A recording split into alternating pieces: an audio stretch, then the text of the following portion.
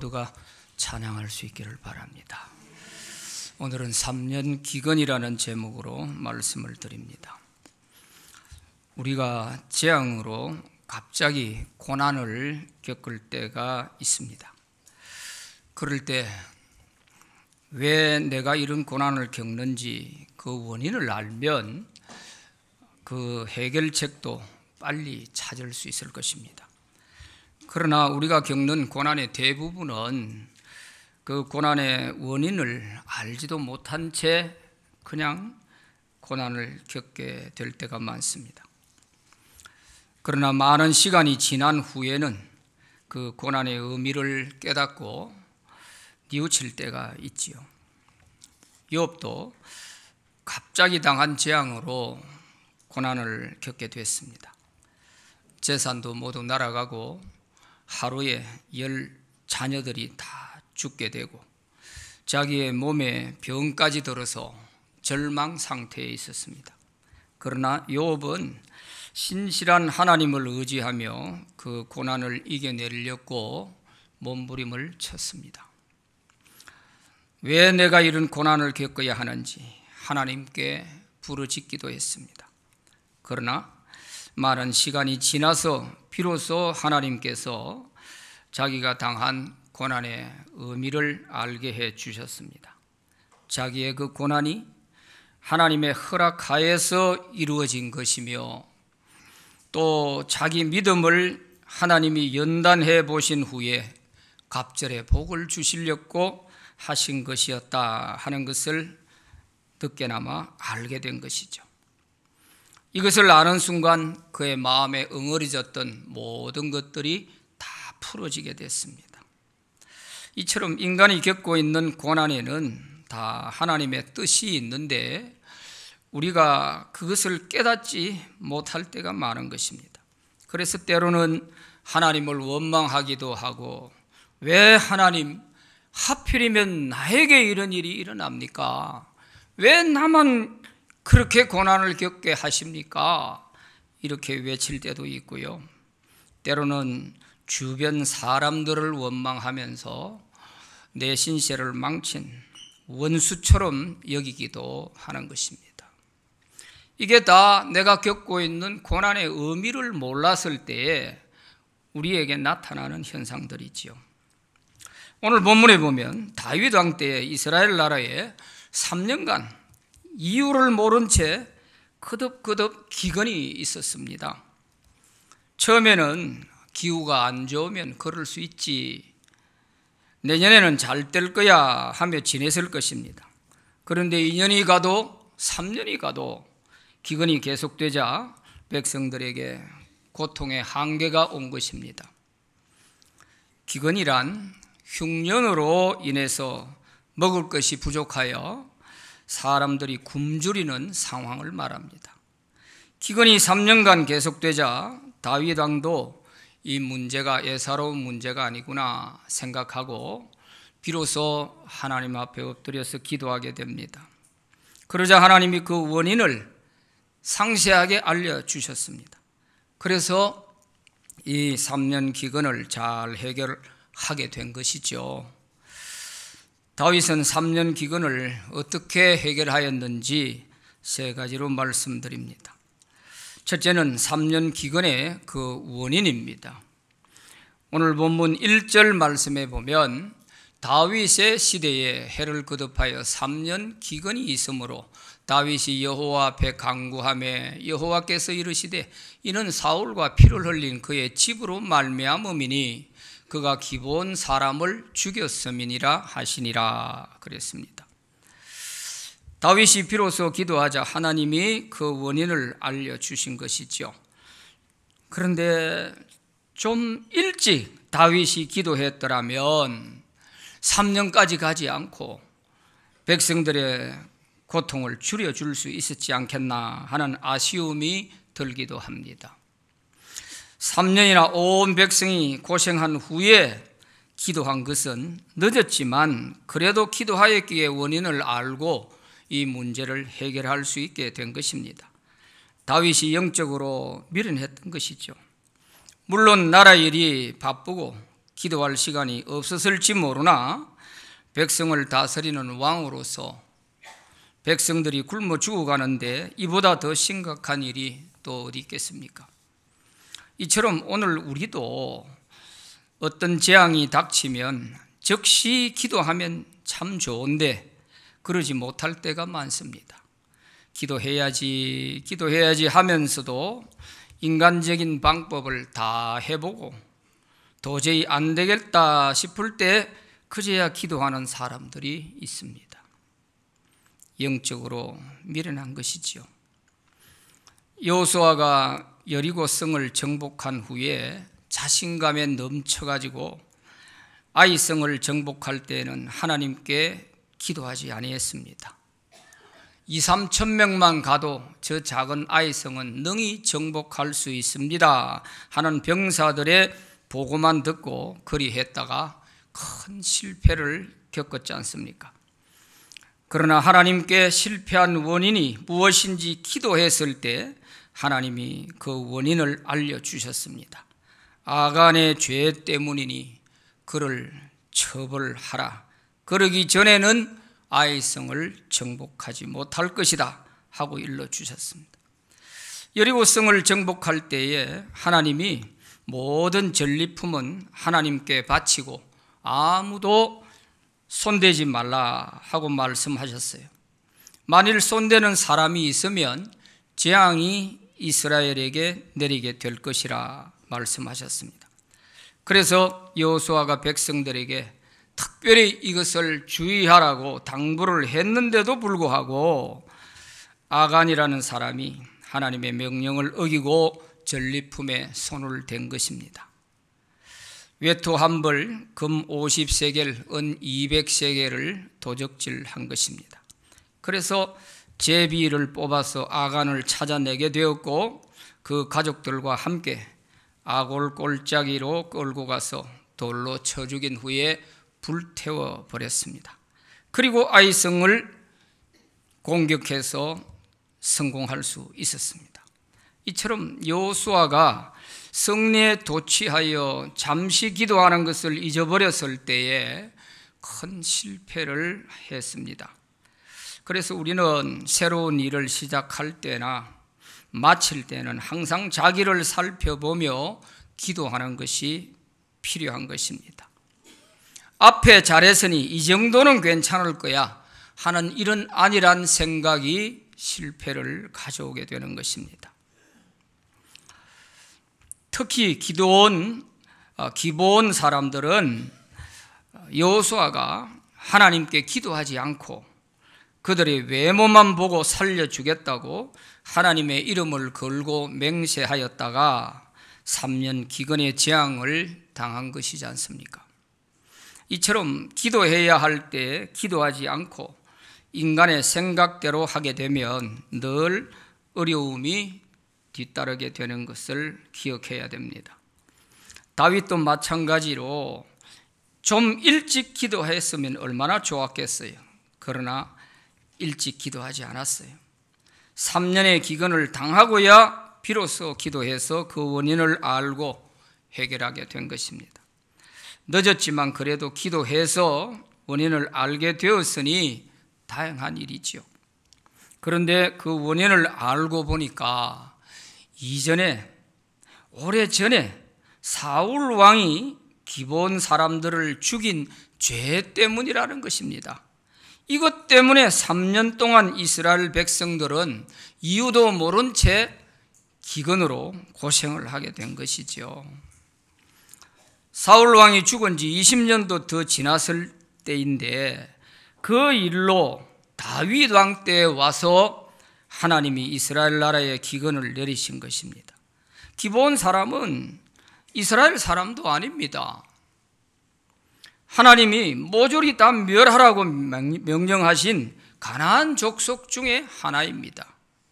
그런데도 기본 사람들로 인해서 하나님이 3년 기근의 벌을 내리신 것은 그 기본 사람과 여호수아가 하나님의 이름을 걸고 죽이지 않겠다고 약속을 한 것을 어겼기 때문인 것입니다.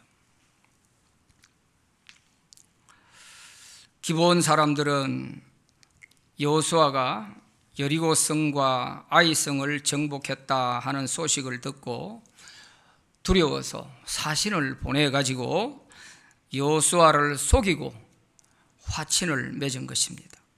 낡은 옷을 입고 곰팡이 피어있는 빵을 보여주면서 우리는 먼 나라에서 왔습니다. 우리가 당신의 종이 될 테니까 우리와는 싸우지 맙시다 하고 말을 했어요. 이 말에 여호수아가 그만 속아서 하나님의 이름을 걸고 맹세를 해버린 것입니다. 여호수아 9장 14절 15절 말씀에 보면 무리가 그들의 양식을 취하고는 어떻게 할지를 여호와께 묻지 아니하고 여호수아가 곧 그들과 화친하여 그들을 살리리라는 조약을 맺고 회중 족장들이 그들에게 맹세하였더라 이렇게 기록되어 있습니다. 그런데 알고 보니 먼 데 있는 사람들이 아니고 바로 곁에 있었던 사람들이었어요. 여호수아가 속은 것을 생각하면 좀 분하지요. 그렇지만 비록 여호수아를 속이고 맺은 약속이지만 하나님의 이름으로 맹세를 했기에 그들을 죽이지 못하고 나무 패고 물 깃는 하인들로 활용을 했던 것입니다. 그런데 사울 왕의 이 이스라엘 민족을 위한 지나친 열정이 기브온 사람들을 많이 학살하게 되었던 것입니다. 그러나 힘이 없는 기브온 사람들로서는 당하고 있을 수밖에 없었습니다. 하지만 이들은 하나님의 이름으로 맹세한 것을 어기고 사울이 자기들을 학살한 것에 대해서 이건 도저히 받아들이기가 어려웠던 것이죠. 그래서 그들은 하나님을 얼마나 원망했겠습니까? 자기들이 믿는 하나님이라고 하는 신의 이름을 걸고 우리를 죽이지 않겠다고 약속을 해놓고 그 약속을 어기고 우리를 이렇게 많은 사람들을 죽였다 하는 이 사건으로 인해서 하나님을 원망할 뿐만 아니라 이 기브온 사람들의 마음에는 원한이 맺혀 있었던 것입니다. 사무엘하 21장 오늘 본문 2절 말씀에 보면 기브온 사람은 이스라엘 족속이 아니요 그들은 아모리 사람 중에 남은 자라. 이스라엘 족속들이 전에 그들에게 맹세하였거늘 사울이 이스라엘과 유다 족속을 위하여 열심히 있으므로 그들을 죽이고자 하였더라. 이에 왕이 기브온 사람을 불러 그들에게 물으니라. 이렇게 기록되어 있죠. 사울의 열심은 하나님을 위한 것이 아니었습니다. 인간을 위한 열심이었어요. 그래서 거기 말씀에 사울이 이스라엘과 유다 족속을 위하여 열심히 있으므로 이렇게 되어 있습니다. 이스라엘을 위한다는 구실로 기브온 사람들을 많이 학살한 것이죠. 이것으로 인해서 하나님의 진노를 촉발시켰고 이스라엘 땅에 3년 기근이라고 하는 이 엄청난 재앙을 불러온 것입니다. 이처럼 하나님의 뜻보다 사람들의 영합, 인기 영합에 목적을 두고 그릇된 열심을 가지게 되면 이런 재앙을 불러오게 되는 것이죠. 그래서 기브온 사람들을 많이 죽이게 된 거예요. 아마 사울 왕은 이스라엘 백성들을 위한다는 이런 구실로 이 기브온 사람들을 학살할 때에 아마 그도 하나님의 말씀을 제시하면서 했을 거예요. 이 가나안 사람들은 하나님이 하나도 남겨두지 말고 다 죽이고 쫓아내라고 했다. 그러니까 우리가 이들을 다 없애야 된다. 아마 이렇게 주장을 하면서 기브온 사람들을 학살했을 것입니다. 그러나 사울이 하나만 알고 둘은 몰랐죠. 하나님께서 가나안 정복 당시에 이 가나안 사람들은 다 죽이고 몰아내라고 말씀하셨습니다마는 이 말씀이 말씀이 주어진 이후에 여호수아가 기브온 사람들과 하나님의 이름을 걸고 맹세를 한 거예요. 그러니까 사울 왕이 이 여호수아와 맹세하며 약속한 이걸 알고 있었는지 모르고 있었는지는 모르지만 여하튼 이것을 간과하고 기브온 사람들을 많이 죽여버렸습니다. 이처럼 하나님을 위한 열심이 아니라 사람들을 위한 열심, 사람들이 정말 잘했다, 당신 우리 민족을 위해서 영웅이다, 우리도 늘 저 기브온 사람들이 눈에 가시처럼 좀 걸렸는데 사울 당신이 나서서 다 제거해 주니 정말 당신은 우리 민족을 위한 영웅이다 하면서 잘한다 해 주었을지 몰라요. 그러나 그 속에는 엄청난 무서운 하나님의 말씀을 배제하고 인간적 열심을 가지고 한 것의 결과가 이 3년 기근이라고 하는 재앙을 가져왔다는 사실이죠. 이처럼 오늘 우리도 하나님을 섬길 때에 하나님을 위한 열심이 아니라 사람들의 인기 영합에 맞추어진 그런 열심, 야 당신 잘한다 이렇게 해주는 그 한마디에 그만 우쭐해서 이게 내가 할 말인지 안 할 말인지도 모르고 이게 하나님의 뜻에 맞는 것인지 아닌지도 모르고 이게 정말 교회와 하나님 나라를 위해서 필요한 말인지도 생각지 않고 그렇게 하다가 결국 자기에게도 또 교회에도 공동체에도 크게 도움이 되지 않는 이런 결과를 가져올 수 있다 하는 것입니다. 이 점을 우리가 주의해야 되는 거예요. 인간적 열심, 그것은 아무 소용이 없습니다. 그래서 사울은 자기의 이 잘못된 인간적 열심으로 인해서 그 모든 대가가 자기 후손들에게, 자기 자손들에게 큰 화로 돌아가게 되었을 뿐만 아니라 온 이스라엘 백성들이 이유도 모르고 3년 동안 기근을 겪으면서 고통을 받게 된 것입니다. 두 번째, 3년 기근 해결을 위한 다윗의 노력입니다. 3절 4절 말씀에 보면 다윗이 그들에게 묻되 내가 너희를 위하여 어떻게 하랴?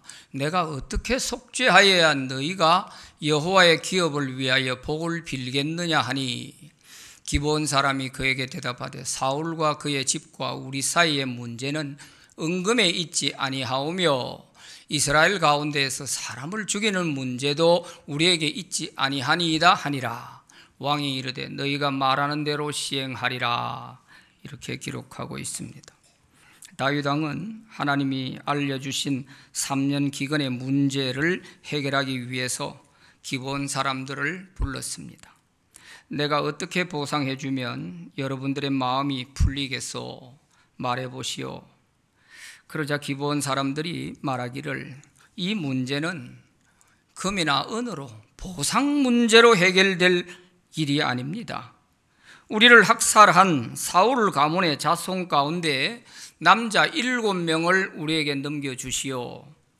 그러면 우리가 그들을 끌고 가서 사울의 고향인 기브아에서 그들을 하나님 앞에서 목매어 달겠나이다.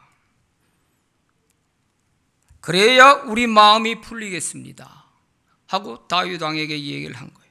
그러자 다윗 왕이 내가 다 들어주겠다 약속을 한 것입니다.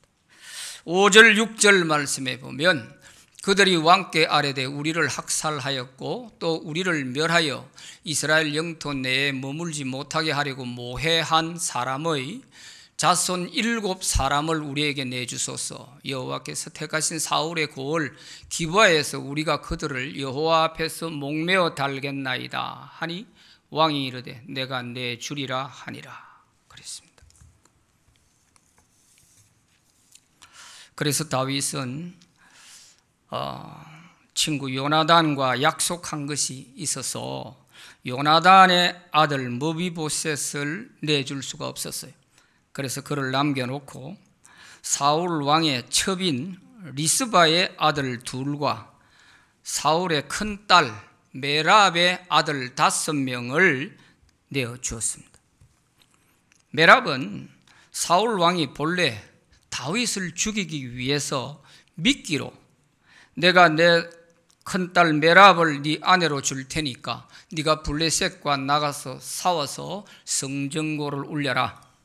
그래서 다윗이 나가서 블레셋과 싸워서 승승장구하고 돌아오니까 이제 아내로 줘야 할 시점에 가가지고 사울 왕이 마음이 싹 변해가지고 자기 딸 메랍을 아드리엘이라고 하는 사람에게 시집을 보내버렸어요. 그런데 세월이 지나서 그 메랍의 아들 5명을 이렇게 희생의 제물로 내어주게 되었다는 사실이죠. 이런 일을 보면 사울 왕이 나쁜 마음으로 다윗에게 한 일들이 다 자기 자손들에게로 큰 화가 되어 돌아가는 것을 볼 수가 있습니다. 어쩌면 심은 대로 거둔 것이라 할 수 있겠죠. 다윗은 마음이 아프지만 하나님의 진노를 풀어드리기 위해서 사울의 아들 둘과 외손자 5명 모두 7명을 기브온 사람들에게 내어주었습니다. 다른 것은 다 보상으로 해결할 수 있었지만 많은 기브온 사람을 죽여서 원한이 맺히게 한 이 죄는 보상으로서 해결이 안 될 문제였어요. 생명은 생명으로 갚아야 하는 것이 율법이지 않습니까? 그나마 7명의 생명으로 대속할 수 있게 된 것은 다행입니다. 기브온 사람들이 7명만 내달라고 한 것이 다행이에요. 더 많은 사람 내달라면 어쨌을 거예요. 사울이 학살한 사람들은 부지기수로 많을 텐데 다행이라고 볼 수 있죠. 하나님은 우리의 죄를 대속하여 주시기 위해서 자기의 아들 예수님을 보내주셨습니다. 생명은 생명으로 갚아야 되잖아요. 그러니 우리로 하여금 우리 죄 때문에 다 죽게 되어 있는 우리를 살리기 위해서 하나님은 자기의 독생자 예수님을 보내셔서 우리 죄값 대신에 예수님이 죽게 하시고 우리를 살려주신 것입니다.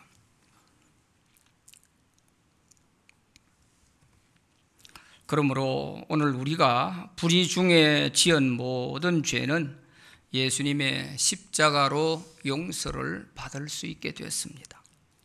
그래서 우리가 예수님의 십자가의 사랑으로 용서받은 성도들은 내가 피해를 준 사람을 찾아가서 용서를 빌고 그 마음에 맺힌 것을 풀어줘야 합니다.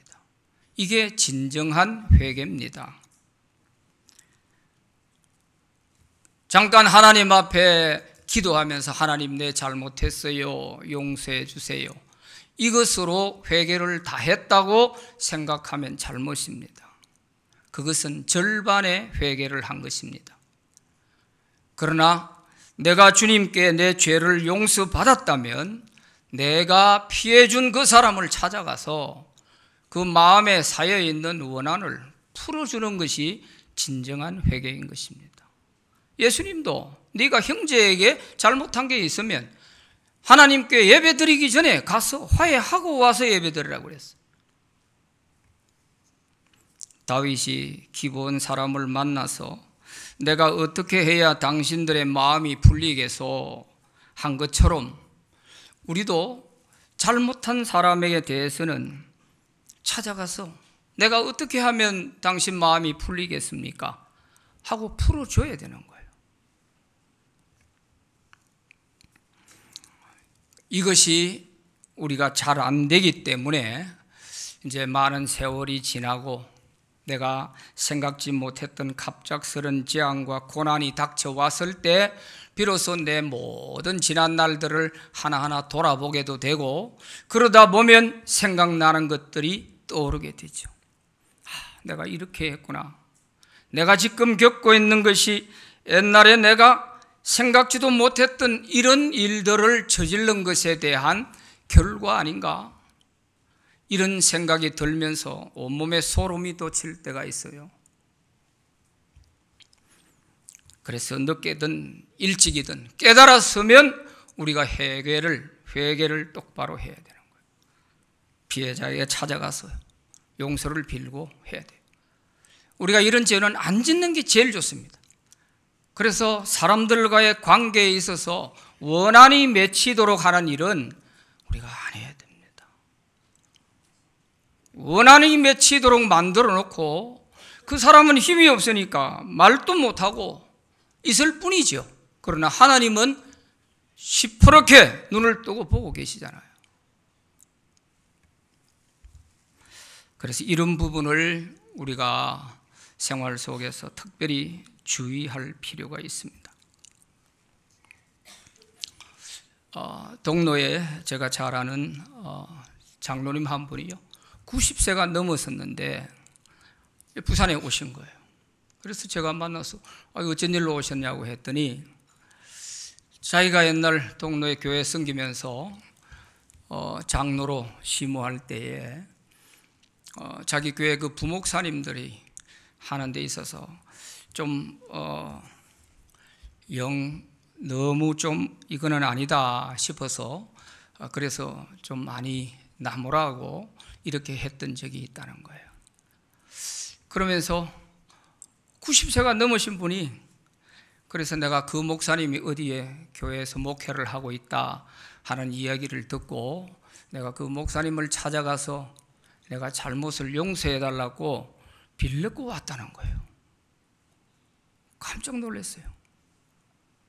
90세가 넘으셨는데. 그래서 내가 그때 언뜻 든 생각이, 이 장로님이 이제 하나님이 불러가실 때가 다 됐구나. 정리하실 시간을 주시는 것이구나. 이 생각이 들더라고요.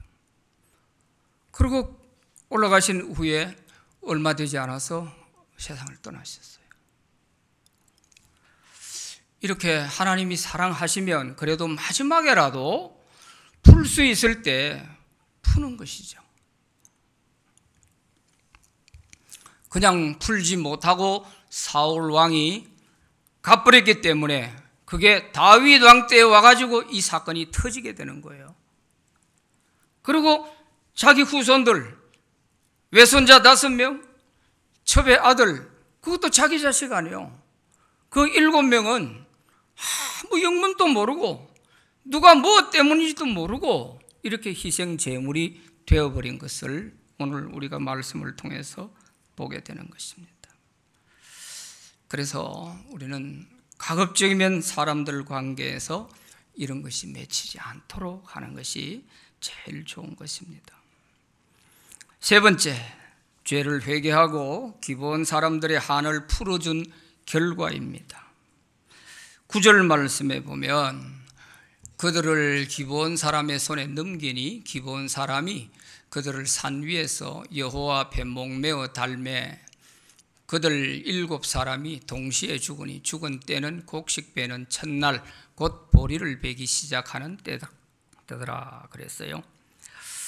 기브온 사람들은 사울의 자손 7명을 그것도 사울의 고향인 기브아로 데려가서 거기서 모두 하나님 앞에서 목매달아 죽였다 그랬어요. 그러자 두 아들을 잃은 이 사울의 첩 리스바가 슬퍼하면서 아들의 시체를 짐승들이 해치지 못하도록 바위 위에 삼배옷을 깔아놓고 시체를 지키고 있었던 것입니다. 이 소식을 다윗이 들었던 거죠. 마음 아프잖아요. 자식을 잃은 그 어미의 마음을 왜 모르겠어요. 다윗도 아픔을 많이 겪은 사람인데 말이죠. 그래서 다윗은 친히 야벳으로 가가지고 옛날 전쟁으로 인해서 사울과 요나단이 같이 죽었지 않습니까? 그래서 야베스 사람들이 그 성벽에 못이 박혀 죽어 있는 사울과 그 아들들을 몰래 시체를 가져와서 야베스 사람들이 자기 땅에다가 묻어 주었죠. 그래서 다윗이 나중에 그 야베스 사람들을 격려해 주고 보상을 해 줬지 않습니까? 그래서 그 야베스로 가서 사울 왕과 요나단의 그 유골을 가져와 가지고 이 7명의 희생자들의 유골과 함께 그 사울 왕의 아버지 기스가 묻혀 있는 가족 공동묘지에다가 다 안장을 해 주게 됩니다.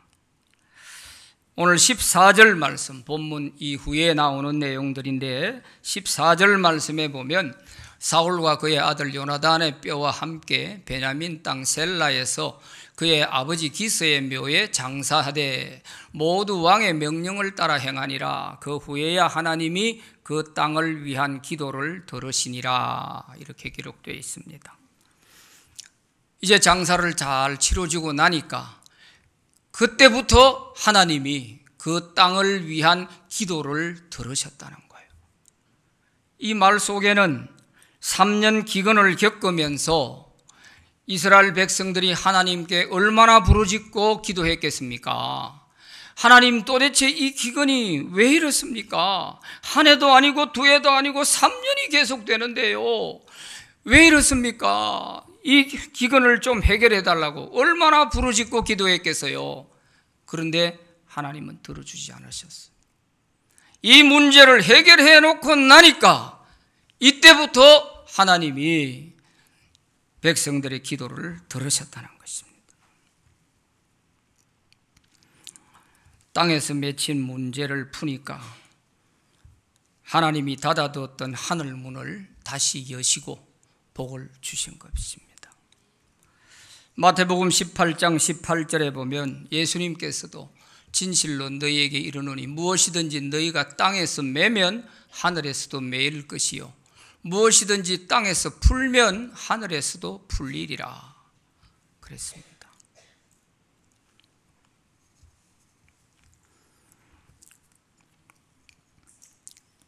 방금 말씀드린 그 90세 되신 장로님이 그렇게 그 부목사님을 찾아가서 용서를 빌게 된 데는 그만큼 마음 아팠던 것이죠.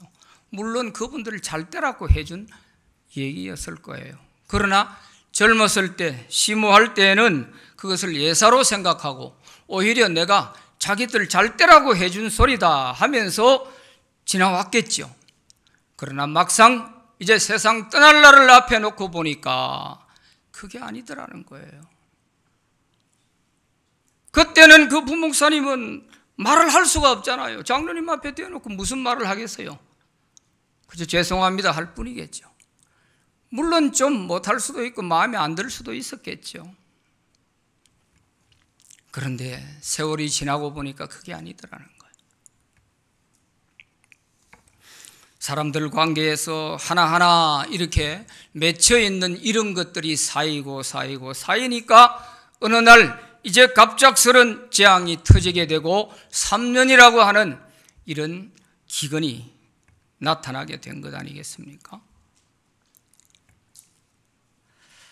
그래서 우리가 땅에서 맺힌 것들은 빨리 풀고 그래야 내 남은 생에 형통함이 있습니다.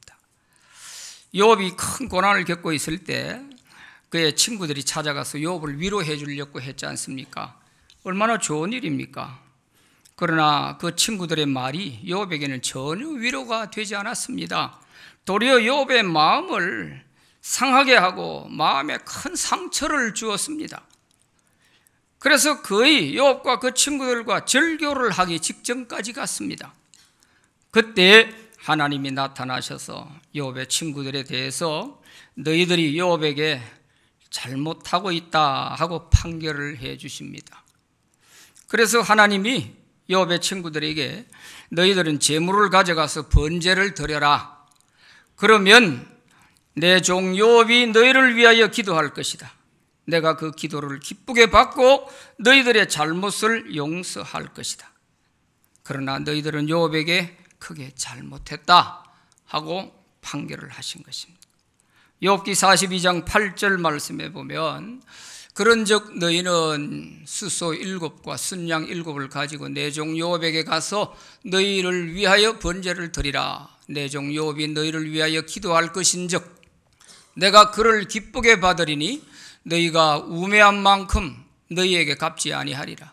이는 너희가 나를 가리켜 말한 것이 내 종 욥의 말같이 옳지 못함이니라.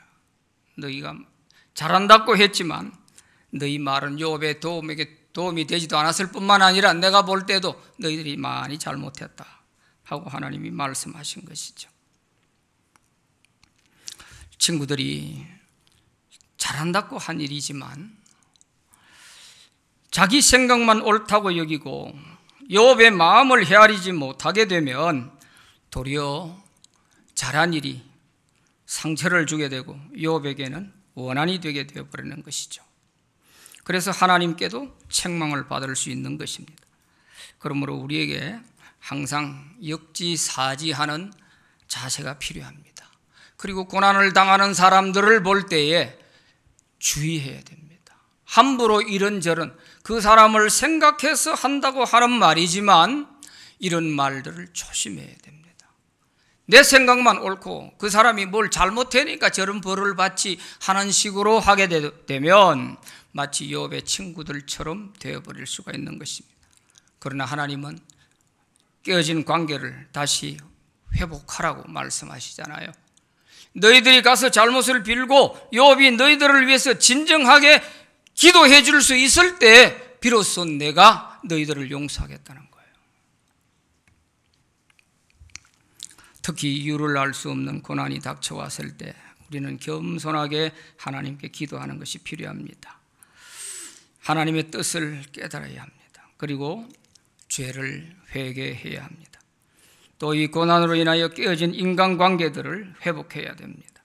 그리할 때 땅에서 맨 것 하늘에서도 매이게 되니 땅에서 풀면 하늘에서도 풀리게 되니까 고난과 재앙이 끝이 나고 하늘문이 열리며 하나님의 복이 우리에게 임하게 될 줄로 믿습니다. 하나님 아버지 감사합니다.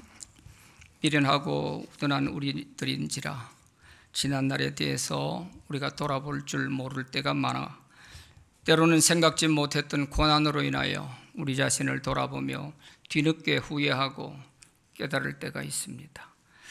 하나님, 우리에게 깨닫는 은혜를 주시고 항상 우리의 남은 생에